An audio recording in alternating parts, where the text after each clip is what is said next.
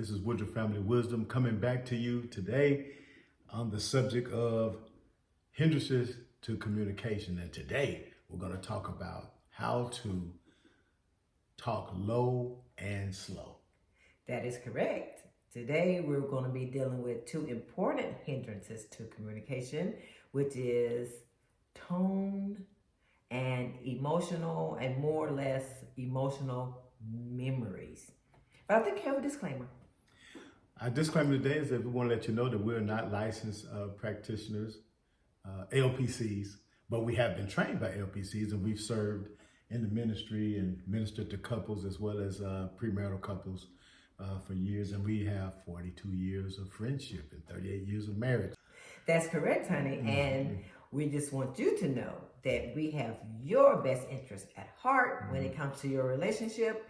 And we do have experience with facilitating these one-on-ones and these groups, and to show you how important this information is and how people really enjoyed this information, that we had so many couples that came to us and said that they had, if they had known this information, they wouldn't be divorced. This wouldn't be their second marriage. They could have saved their first marriage. Communication is key. Communication is key. So it's so important, you guys, that you get this information and start implementing it in your life. And like we said, we were at we had hit like a wall at our 10-year year of marriage.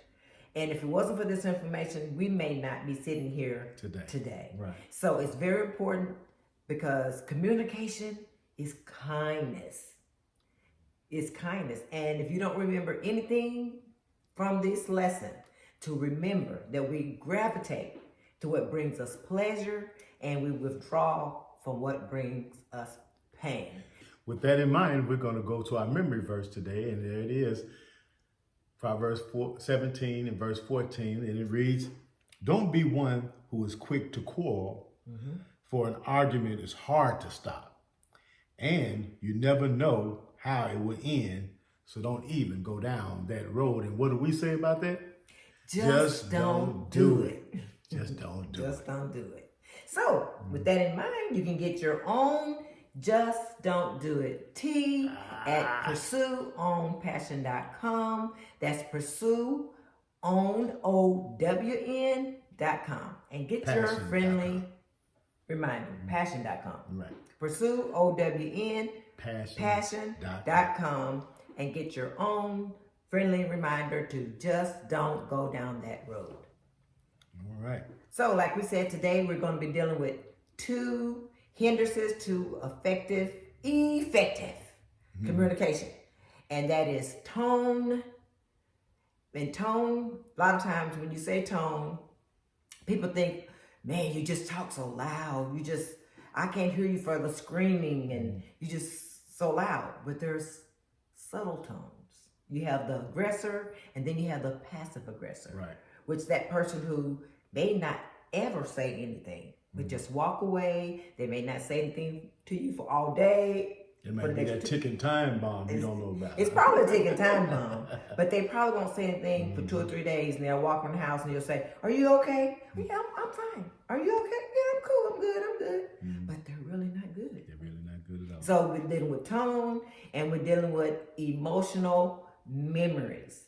So the goal today is to understand how information is processed through the brain.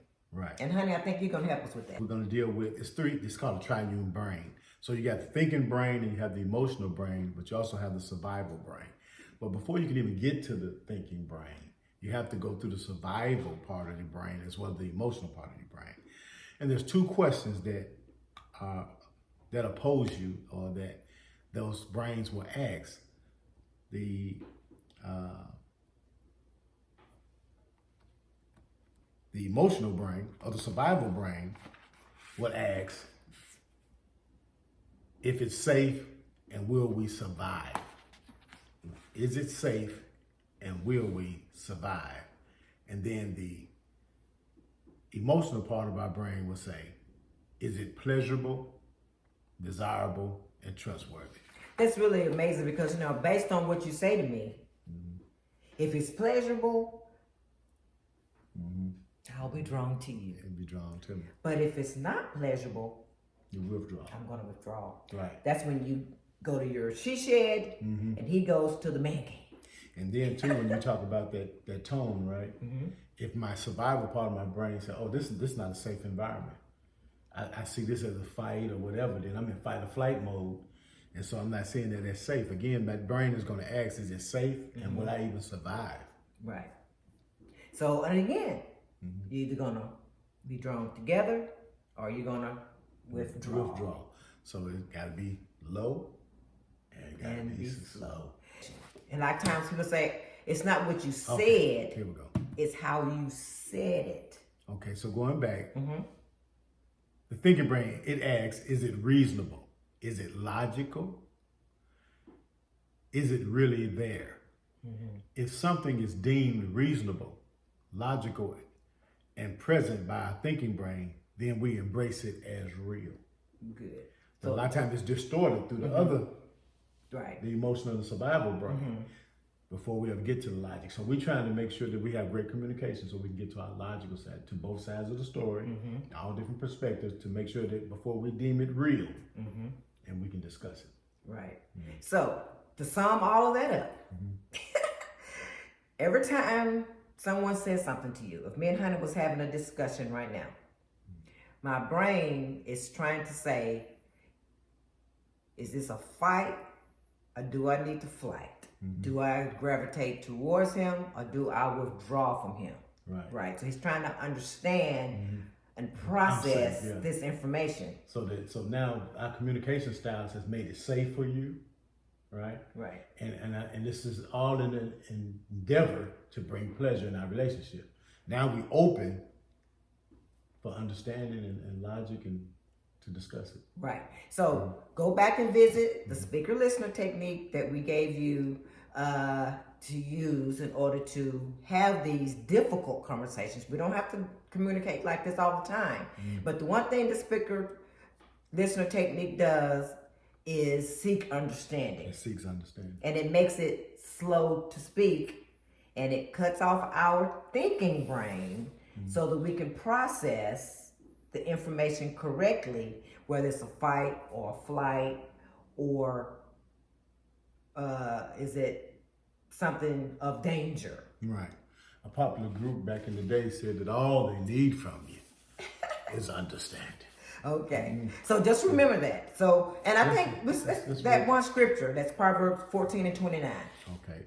It says, whoever is slow to anger has great understanding. Wow. But he who has a hasty temper exalts folly. So in other words, in all they're getting, get understanding.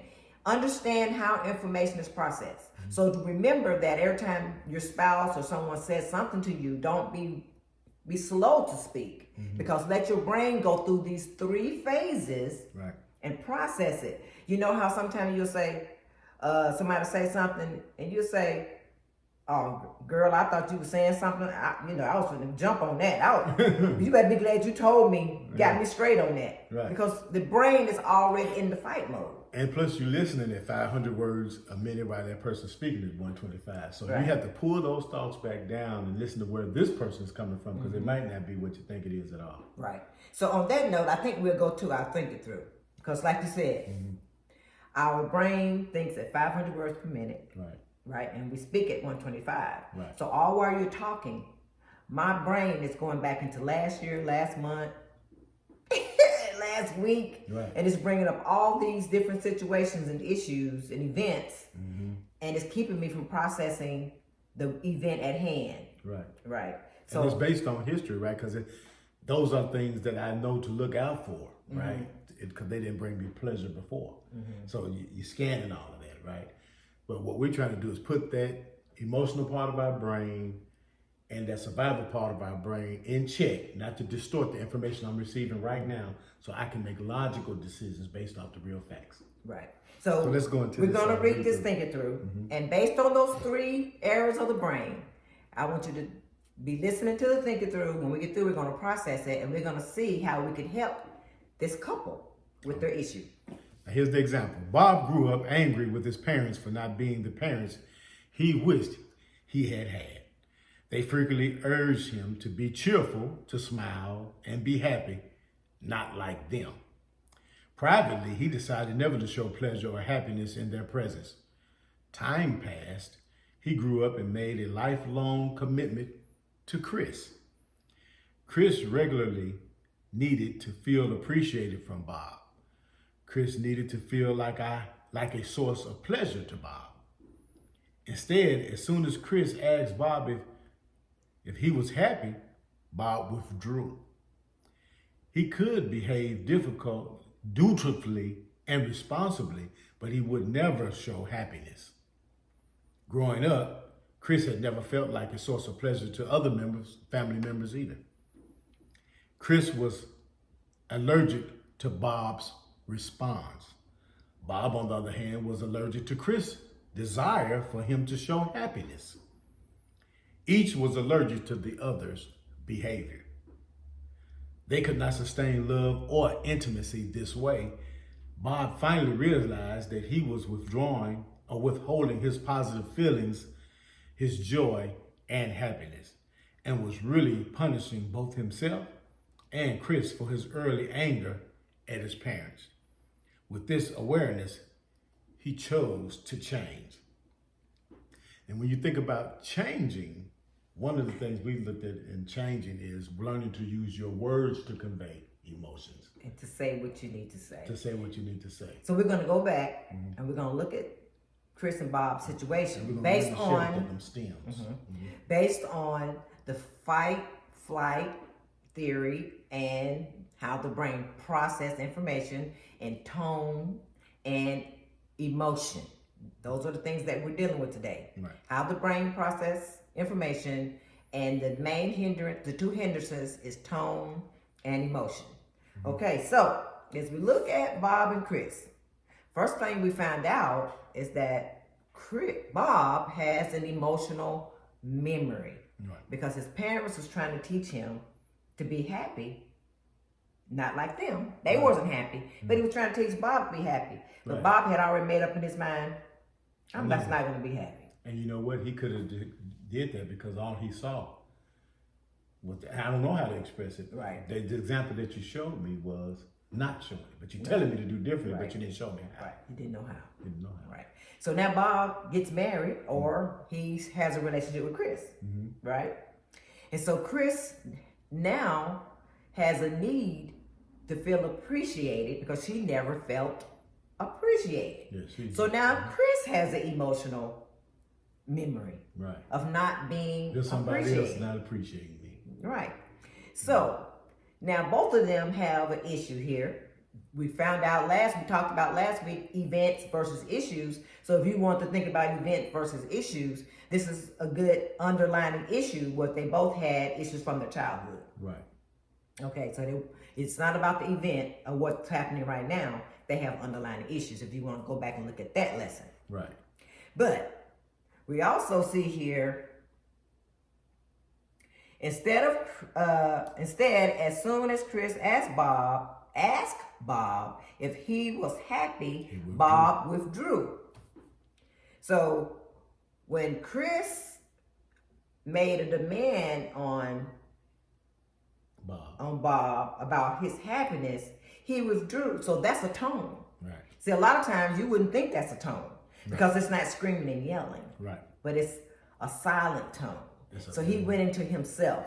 He probably, he probably went in the bedroom and sat for a day or two. He probably kind of walked around each other for a while and didn't say anything. Video games. He distracted, right? Went to the man cave. Right. Distracted. He withdrew. So that's a tone, right?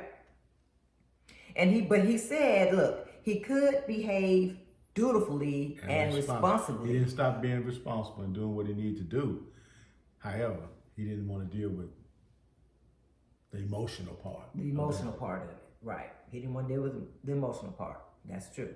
But then let's go on. It says, Chris was allergic to Bob's response, right? It says, Bob, on the other hand, was allergic to Chris' response. Desire to to show happiness. But I like this part. It says Chris was allergic to Bob's response. In other words, her emotional was not memory. Nobody never expressed to her any pleasure in anything that she done. Now she got right. She got something from the past. Right. That she, I just want to stop right here. We're gonna, because we had an issue like that too, and it was all about tone. But our tone was my loud tone, because based on where you were raised in Chicago, you said that if anybody was raising their voice, it was time to fight. Right. So it was you felt like disrespectful to raise your voice to somebody. Right. Yeah. So if we had a heated conversation, and the more my tone elevated, I got louder and louder, the more you withdrew. Right.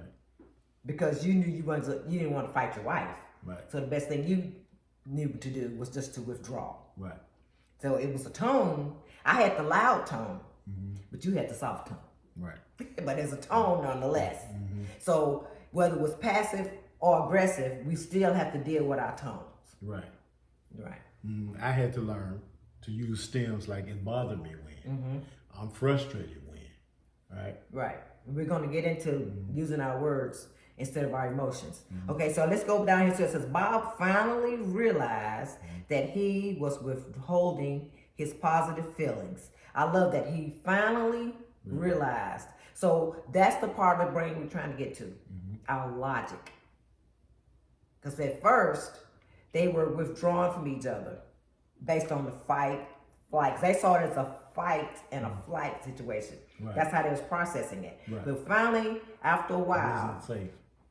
right, they felt like it wasn't safe. So after a while, they got to their logic. That's why the scripture says, be slow to speak. But what if they wasn't slow to speak and hit the fight or flight? He could have started going off about anything. He probably never would have mentioned his parents, right? But he would have been just anything out here in the open that he could have just grabbed from yesterday, last week, or anytime just to say something for the anger to come out. Anything relative to the allergy, right? Right. Emotional memory. But what do we say? Just don't do it. Do it. Right. So now that Chris is at his logic, they can repair their relationship. Right. He really realized the underlying issue. Right. So now he can help Chris heal, because now he can help her, give her what she needs, which is appreciations. Right. Because I'm sure Chris wanted to let him know that behavior was conducive with what she'd been through, and vice versa. Well, I realized, Bob, realized that, hey, I'm not giving you that emotion because I didn't want to give that satisfaction to my parents. Right. But I realized the relationship needs them both. Right. So that's awesome. So we need our emotions, but we just need to know how to control our emotions. They always say it's not how you respond to things. Right. Right. So if this was a perfect situation and they being slow to speak and slow to anger, so Chris would probably tell Bob, it bothers me when I tell you when I ask for appreciation or attention and you withdraw. Right. And I feel like you do that out of me asking and not because you really want to do it. Yeah. So I'm hearing you say that when you ask for appreciations and do you bring me pleasure, you see me withdraw and you feel like I'm withdrawing because of the ask. And that you only do it because I ask. And I only do it because you ask. Not because you really appreciate me. Not because I really appreciate you. Right. So that's probably a good way Chris could have explained it to him. Right. And then he could have responded, well, no, I really don't do it because of you at all. Right. Now that I think about it, it's because of what I've been through in my childhood. And I didn't see that in my parents. And I vowed that was the way I was going to operate. Not only was I not going to show them any pleasure and happiness, but I wasn't going to express it to no one else. Okay, so I heard you say that it's not me, the reason why you're not showing me appreciation. You have past emotion about your parents that may be hindering you from giving me the appreciations and the feelings of love that I need. Exactly. Okay. But I realize that that's not healthy for our relationship. So now I want to change. And I heard you say that you realize, you understand now that it's not healthy for our relationship and that you're willing to work on it. And I'm willing to work on it. Awesome. I used to say that love is an emotion, but a relationship is work. Right. So now they can plan a night, they can come and work on the relationship. Right. And that leads us to another thing that we're not going to talk about, but we'll talk about the 5 to 1 rule. Right. Where you give 5 appreciations to 1 withdrawal. Right. But we'll talk about that another day. The love bank. I think we mentioned that on another episode about the love bank. So we must going to have to do the love bank. It's important. I mean, the relationships, to be honest with you, God said the yoke is easy and the burden is light. It's a matter of understanding what you need to be doing and how to do those things and cause your relationship to be successful. So once you know better, you do better, right? Right. Knowledge is power. Knowledge is power. So remember to like this video and share the video and click the bell. And you'll get notifications every time we do another It's Tuesday, when we do things for the 2 of us. That's right. But in conclusion to this lesson, we're going to remember that we're going to be slow to speak, we're going to be slow to get anger, and we're going to seek understanding, and we're going to use our words and not our emotions. We're not going to use any of those hindrances, right? We just not going to do it. Right. Just don't do it. Get your T's at 𝒲ℴ𝓃𝑒𝑚𝑜𝑡𝑖𝑐𝑡.com. In fact, if the conversation is real difficult, it'd be nice to have those conversations with your shirt on. Remind each other, just don't do it. So think low And slow. And remember That you are happy, healthy, wealthy, fit, and forgiving. God bless.